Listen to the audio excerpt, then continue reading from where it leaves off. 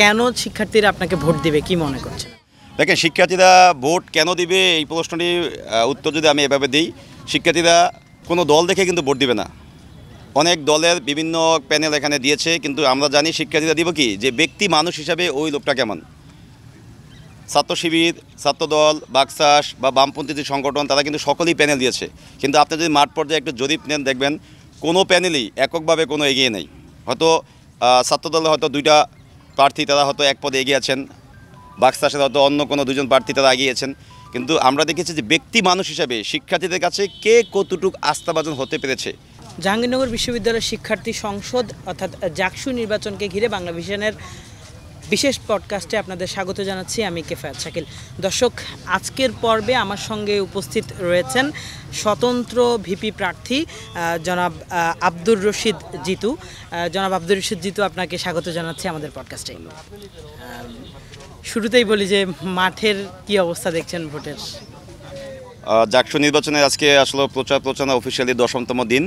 তো আমরা যেহেতু স্বতন্ত্র নির্দলীয় একটি প্যানেল দিয়েছি, এবং এই প্যানেলে যখনই শিক্ষার্থীদের কাছে যাচ্ছি তখন খুব ভালো একটা সাড়া পাচ্ছি। কারণ শিক্ষার্থীরা তো গণ অভ্যুত্থান এবং গণ অভ্যুত্থান পরবর্তী সময়ে আমাদের অবস্থান দেখেছেন।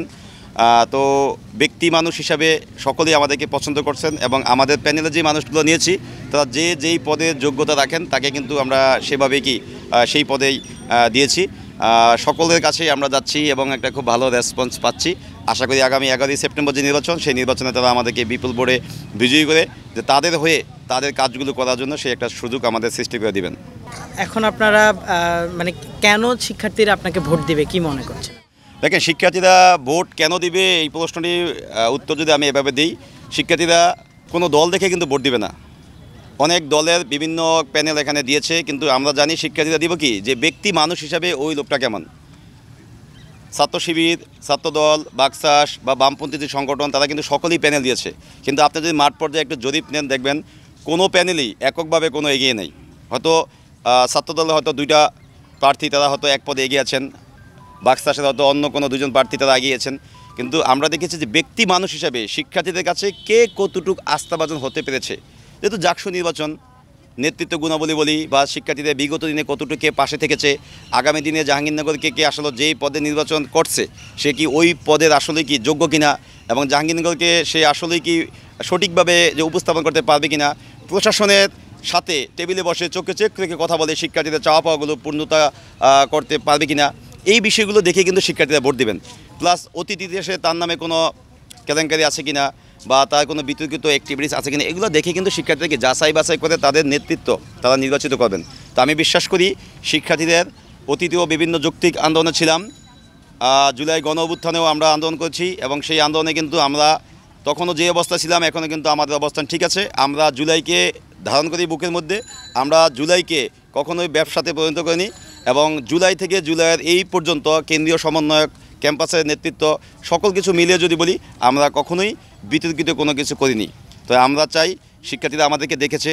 পাশাপাশি আমরা জুলাই পরবর্তী সময়ে যে বন্যার কাজটা হয়েছে জাহাঙ্গীরনগরে, সেটা আমার নেতৃত্বে হয়েছে। আমরা সেখানে প্রচুর একটা ব্যাপক একটা কাজ হয়েছে। সেই কাজে কিন্তু কোনো রকম যে 1 টাকার কোনো আর্থিক কেলেঙ্কারির কোনো অভিযোগ পাওয়া যায়নি, এবং আমরা খুবই সুসংগঠিত হয়ে সেই কাজটি করেছি। তো নেতৃত্বে যে গুণাবলী বলেন, সকলকে একসাথে নিয়ে যে কাজগুলো, সেটা কিন্তু শিক্ষার্থী ইতিমধ্যে আমাদের মধ্যে দেখেছে। তো আমরা বিশ্বাস করি এই বিষয়গুলো দেখে শিক্ষার্থীরা আমাদেরকে ভোট দিবেন। যেহেতু আমরা শিক্ষার্থীদের যৌক্তিক দাবির পক্ষে সবসময় ছিলাম, এখনও আছি, আগামীতে থাকবে বলে আমরা শিক্ষার্থীরা আমাদের উপর সেই আস্থা রাখবেন। আপনি বলছেন যে আপনি জুলাইকে ধারণ করে প্রার্থী হয়েছেন, তবে আপনার প্রতিদ্বন্দ্বী বিভিন্ন প্রার্থী এবং অনেকের কাছ থেকে আমরা শুনতে পাচ্ছি যে আপনার সঙ্গে ছাত্রলীগের একটি লিগ্যাসি দেখা যাচ্ছে, ছাত্রলীগের অনেকে আপনার প্যানেলে প্রার্থী হয়েছে। এই অভিযোগটাকে আপনি কীভাবে? এই অভিযোগটি সম্পূর্ণ ভিত্তিহীন। আমার অন্য যারা প্রতিপক্ষ আছেন তারা হয়তো আমার ব্যক্তিজিতুর কাছে জনপ্রিয়তায় টিকতে না পারে, অর্থাৎ শিক্ষার্থীরা আমাকে যেভাবে ভালোবাসা দিচ্ছেন বা আমাকে কাছ থেকে দেখছেন, শিক্ষার্থীরা তো আমাকে এই সমস্ত কোনো বিষয়ে অভিযুক্ত করেননি। তো যেহেতু তিনি নির্বাচনী মাঠে আমার একজন প্রতিপক্ষ, তো তার হয়তো এই সমস্ত বিষয়ে প্রোপাগান্ডা চালানোটা তার জন্য একটি কি স্বাভাবিক ব্যাপার। কিন্তু আমি আমার প্রতিপক্ষ যারা আছেন কাউকেই নিয়ে আমি একটি কোনো বিরূপ মন্তব্য করিনি।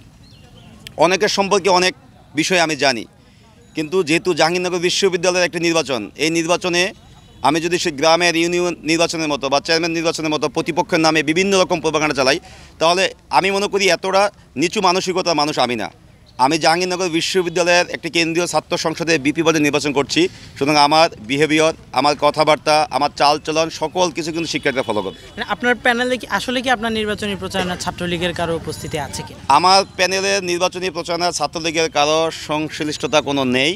এটি হয়তো সম্পূর্ণ মিথ্যা, এবং হয়তো কেউ কেউ এভাবে বলেছেন যে সাবেক তারা ছাত্রলীগের সাথে ছিল কিন্তু এখন নির্বাচনী প্রচারণা এসেছে। এই বিষয়টিওকে আমি অস্বীকার করছি, কেননা আমরা হয়তো কোনো হলে গিয়েছি, সেই হলে ওই হলের শিক্ষার্থীরা ছিল যারা জুলাই কি ওই সময়ে যে ছাত্রলীগের ব্লক থেকে তারা বিদ্রোহ করে এই গণঅভ্যুত্থানে এসেছিল, সে সকল দু একজন শিক্ষার্থীর সাথে আমরা কুশল বিনিময় করেছি। এটা তো এমন না যে গুজবভাবে গুজবভাবে তাদের সাথে আমি একান্তে গোপন মিটিং করেছি। হল মুভমেন্টে যখন আমরা গিয়েছি তখন হয়তো তাদের সাথে দেখা হয়েছে, সেই বিষয়টিকে তারা অন্যভাবে ফ্রেমিং করার চেষ্টা করেছে। নিশ্চয়ই ইশতেহার দিয়েছেন, এবং ইশতেহার আপনি আসলে কোন বিষয়গুলোকে ফোকাস করার চেষ্টা করছেন, কি করতে চান? দেখেন, এই নির্বাচনকে কেন্দ্র করে অনেক প্রার্থী বিভিন্ন ইশতেহার দিয়েছেন। তো এই ইশতেহারগুলো অনেকেই অবাস্তব কিছু বিষয় অ্যাড করেছেন। তো আমি আসলে শিক্ষার্থীদের যেহেতু পরামর্শের ভিত্তিতে আমি এই পদে নির্বাচন করছি, আমার ইশতেহার থাকবে শিক্ষার্থীদের চাওয়া পাওয়াগুলি থাকবে আমার ইশতেহার। আমি এমন কোনো অলিক কথা বা অলিক ইশতেহার দিব না যেটা আমি বাস্তবায়ন করতে পারবো না। আমাদের যেই পদে আমি নির্বাচন করছি এবং আমাদের প্যানেলে যারা আছেন, যার যেটুক কর্মক্ষমতা আছে এবং যে যেটুক আসলে কি কাজ করতে পারবে, সেভাবে আমরা ইশতেহারটা দিব। আমরা চাই কথা এবং কাজে বিশ্বাস করতে। জাহাঙ্গীরনগর বিশ্ববিদ্যালয়ের অনেকগুলো সমস্যা আছে। তো সাম্প্রতিক সময়ে যে সমস্যাগুলো নিয়ে আমরা কথা বলেছি, তা আমরা চাই যে বা যারা নির্বাচিত হবেন হয়তো এই সমস্যাগুলো নিয়ে কথা বলবেন। তো এই সমস্যাগুলো কিন্তু আমরা ফোকাস করে কিন্তু কিছু বিষয় ইশতেহারে অ্যাড করেছি। আমি যদি আপনাকে বলি যে আমাদের এই যে 50% অলমোস্ট মেয়ে শিক্ষার্থী আছেন, কিন্তু তারা এই নির্বাচনে তাদের যে পার্টিসিপেট খুবই কম। আপনি যদি হল সংসদ এবং কেন্দ্রীয় সংসদ দেখেন, তাদের উপস্থিতি খুবই কম। এই বিষয়টি আমাদের জন্য শঙ্কার একটি জায়গা। জাহাঙ্গীরনগরের 50% মেয়েদেরকে একপাশে রেখে জাহাঙ্গীরনগরকে নতুনভাবে বিনির্মাণ করা সম্ভব না। তো আমরা প্রথমত চাই আমার বন্ধুদের জন্য একটি নিরাপদ ক্যাম্পাস গড়ে তুলতে, যারা তাদের নিরাপদে নির্বিঘ্নে এই ক্যাম্পাসে বিচরণ করতে পারে এবং সকল কাজে আমাদের পাশাপাশি যাতে তারা কি সমান সুযোগ সুবিধা পায়, এটা থাকবে আমাদের প্রথম কাজ। দ্বিতীয়ত, আমাদের জাহাঙ্গীরনগর বিশ্ববিদ্যালয়ের একজন শিক্ষার্থী হিসাবে ইউনিভার্সিটি থেকে কি অধিকার সে পাওয়ার বা সে পেতে পারে কিন্তু সে পাচ্ছে না, সেই বিষয়গুলোকে আমি ফোকাস করব। আমি যদি বলি, আমরা যেখানে আবাসিক পুরো বিশ্ববিদ্যালয়, সেখানে ডাইনিং, ক্যান্টিন, খাবারের যে মান সেটা খুবই কম। তো অবশ্যই আমরা চেষ্টা থাকবে যে ডাইনিংয়ে যাতে খাবারের জন্য একটা ভর্তুকি বৃদ্ধি করা হয়, কারণ আমরা যদি সুষম খাদ্য না পাই তাহলে তো আমাদের পড়াশোনা বলেন, শারীরিক স্বাস্থ্য বলেন, সেটা কিন্তু আমাদের ব্যাহত হবে। আরেকটি বিষয়, এখানে আমাদের একটা যেই চিকিৎসার জন্য আমাদের একটা মেডিকেল সেন্টার আছে, আমরা মজা করে নাপা সেন্টার বলি। তো আমাদের একটা মেডিকেল সেন্টার নিয়ে ইতিমধ্যে আমরা কাজ করেছি এবং এখনও করে যাচ্ছি। তো মেডিকেলকে একটি পূর্ণাঙ্গ মেডিকেল সেন্টার হিসেবে গড়ে তুলতে আমরা চাই। সেখানে সকল রোগের বিশেষজ্ঞ ডাক্তারগণ থাকবেন এবং 24 ঘন্টা তারা যাতে নিরাপদে নির্বিঘ্নে সেবা পেতে পারেন, এবং এই মেডিকেল সেন্টারকে একটি পূর্ণাঙ্গ মেডিকেল সেন্টার হিসেবে আমরা গড়ে তোলার জন্য সর্বোচ্চ চেষ্টা আমরা চালিয়ে যাব। আর একটা বিষয় হলো পরিবহনে আমাদের এখানে সবচেয়ে বেশি আমাদের শিক্ষার্থীরা হয়রানির শিকার হয়। তো পরিবহন সেক্টরকে আমরা ঢালাওভাবে বা ঢেলে সাজাতে চাই, কারণ অনেক রুটে আগে দেখা যায় আমাদের বাস ছিল, কিন্তু এই বাসগুলো বন্ধ করে দিয়েছে। আমাদের এখানে বর্তমানে আসলে অটোরিক্সা বন্ধ আছে, সেই অটোরিক্সা কিন্তু চালু নাই। তো অটোরিক্সাকে কীভাবে মডিফাই করে নতুনভাবে ফিরিয়ে আনা যায় সেই চেষ্টা আমরা চালিয়ে যাচ্ছি। আমাদের রাস্তাঘাটগুলো দেখা যায় বেহাল দশা, সেখানে কোনো ফুটপাত নাই। তো এইগুলো অবশ্যই আমরা গুরুত্ব দিব। পাশাপাশি আমাদের এখানে কোনো পয় নিষ্কাশনের ব্যবস্থা নাই, পুরোপুরি ন্যাচারাল একটা পয় নিষ্কাশনের উপরে আমরা একদম নির্ভর করে জাহাঙ্গীরনগর বিশ্ববিদ্যালয় চলছে। তো আমরা চাই পুরো জাহাঙ্গীরনগর বিশ্ববিদ্যালয় যাতে কি একটা মাস্টার প্ল্যানের আওতায় এসে এই পয় নিষ্কাশন ব্যবস্থা থাকে।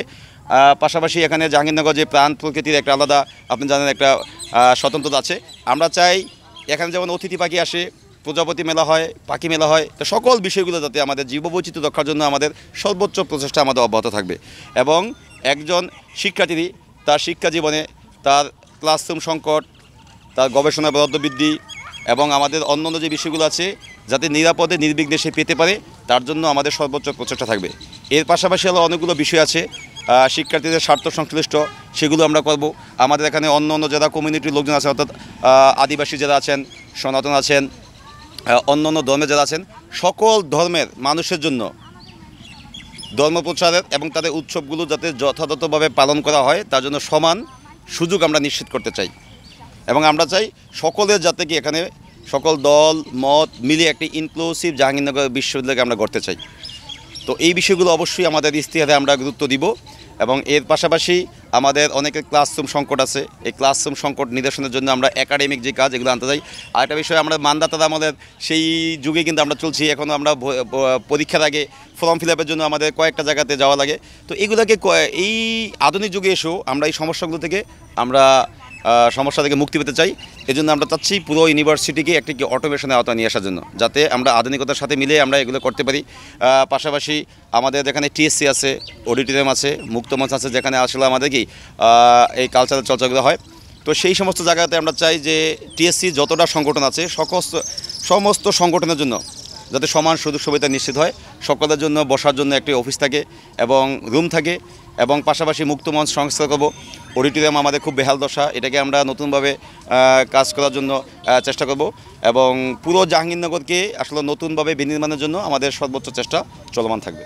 আচ্ছা, সবশেষ জানতে চাই যে ভোটের মাঠের পরিবেশ কেমন দেখছেন, কোনো চ্যালেঞ্জ দেখছেন কিনা? ভোটের মাঠের পরিস্থিতি আজকে যেহেতু নির্বাচনী প্রচারণার 10তম দিন, তো সব কিছু মিলে এখনও আলহামদুলিল্লাহ সব কিছু ভালোভাবে চলছে। আমরা প্রতিটি শিক্ষার্থীদের ধারে ধারে যাচ্ছি এবং আমাদের জাহাঙ্গীরনগর সম্পর্কিত আমাদের চিন্তা চেতনা কি, আমরা আসলে কীভাবে জাহাঙ্গীরনগর দেখতে চাই, সেই বিষয়টি কিন্তু আমরা এখানে তুলে ধরার চেষ্টা করছি। তো ভোটারদের কাছ থেকে বিশেষ করে আমরা খুব ভালো রেসপন্স পাচ্ছি। আশা করি আগামী 11ই সেপ্টেম্বর তারা আমাদেরকে ভোটদানের মাধ্যমে নির্বাচিত করবেন। আমরা তাদেরকে একটাই কথা বলছি যে যেই পদের যোগ্য তাকে সেই যোগ্যতা অনুযায়ী পদ দেবেন। আমরা চাই একটি কার্যকর ছাত্র সংসদ। ছাত্র সংসদ শুধু হলেই তো হলো না, ছাত্র সংসদ হওয়ার পরে এই ছাত্র সংসদকে রান করাতে হবে। তো যারা আসলে যোগ্য, সামনের সময়টা আমাদের খুবই জটিল একটা সময় এবং সামনে একটা জাতীয় নির্বাচন হবে, হয়তো ক্যাম্পাসে তারও একটা প্রভাব পড়ার সম্ভাবনা আছে। তো ওই সময়তে আসলে যারা ক্যাম্পাসকে লিড দিতে পারবে বা ন্যাশনালি জাহাঙ্গীরনগরকে যারা আসলে নেতৃত্বের জায়গায় নিয়ে যেতে পারবো, আমরা চাই সেই সকল মানুষগুলোর নেতৃত্বে আসুক। আমরা কিন্তু শিক্ষার্থীদের সেই বিষয়গুলোই কথা বলছি। তো শিক্ষার্থীরা আমাদের উপর যথেষ্ট পজিটিভ, আমরা বিশ্বাস করি তারা আমাদেরকে পাশে থাকবেন। নির্বাচন নিয়ে আমাদের কিছু শঙ্কা আছে। আমরা দেখেছি বিভিন্ন মহল নির্বাচনকে বানচালের জন্য বিভিন্ন রকমের চেষ্টা চালিয়ে যাচ্ছেন। এই চেষ্টা কিন্তু শুধু আজকে না, আজকে 32 বছর যাবৎ কিন্তু এই চেষ্টা তারা চালিয়ে গিয়েছিলেন বলেই তারা সফল হয়েছে। কিন্তু 24 পরবর্তী এসে কেউ যদি আমাদের যে অধিকার, সেই অধিকার থেকে বঞ্চিত করার চেষ্টা করে, কোনো ষড়যন্ত্র করে, তার বিরুদ্ধে আমরা সর্বাত্মক আন্দোলন করব এবং যে কোনো মূল্যে আমাদের যে অধিকার জাকসু, সে জাকসু আমরা আদায় করে নেব ইনশাল্লাহ। আপনাকে ধন্যবাদ। দর্শক, আমরা এতক্ষণ কথা বলছিলাম জাকসু নির্বাচনে ভিপি পদপ্রার্থী আব্দুর রশিদ জিতুর সঙ্গে। তিনি তার পরিকল্পনা এবং বিভিন্ন বিষয়ে আলোচনা করেছেন। দর্শক, পরবর্তী পর্বে আমরা অন্য কাউকে নিয়ে হাজির হব। ততক্ষণ ভালো থাকুন, সুস্থ থাকুন বাংলা ভিশনের সঙ্গে।